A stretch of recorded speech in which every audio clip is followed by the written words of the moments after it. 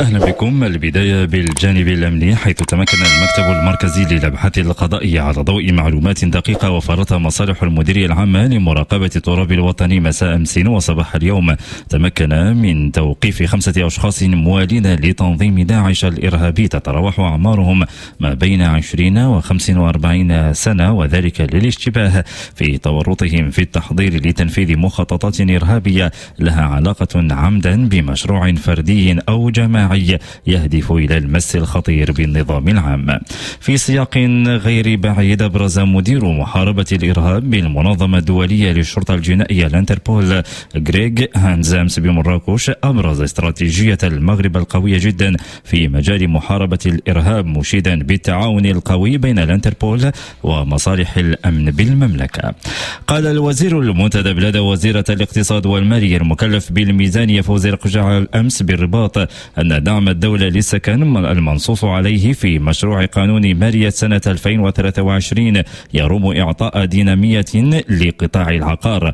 وأوضح القجع خلال لقاء مع الصحافة حول تقديم مشروع قانون المالية إن مقاربة الحكومة تقوم على تشجيع الطلب عبر تقديم دعم مباشر للأسر الراغبة في اقتناء سكن، وذلك بهدف إعطاء دينامية لقطاع العقار الذي يطلع بدور مهم في التنمية الاقتصادية. وحسب الوزير فإن الأمر يتعلق بدعم مباشر سيما للطبقة المتوسطة بالنسبة للمساكن التي لا تتجاوز قيمتها 300 ألف درهم، مشيرا إلى أن هذا الإجراء يندرج في إطار منطق موجه أكثر نحو الدعم المالي المباشر المستهدف للأسر.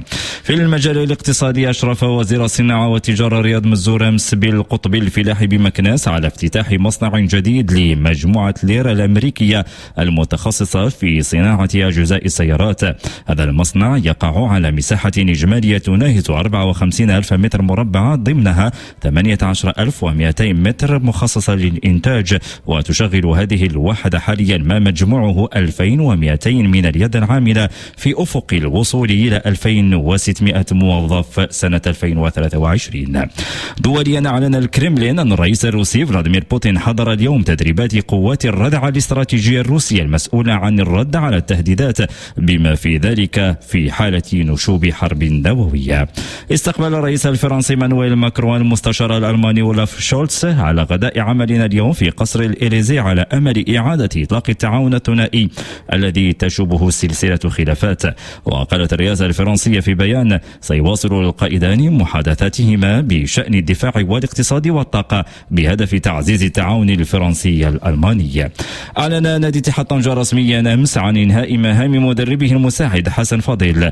وكتب النادي عبر صفحته الرسمية في موقع فيسبوك: يعلن رئيس فريق اتحاد طنجة لكرة القدم أنه فسخ العقد الرياضي الذي كان يربط النادي وحسن فضيل مساعد المدرب السابق بدو الزكي، وذلك بطريقة ودية. نهاية هذا الموجز، إلى اللقاء.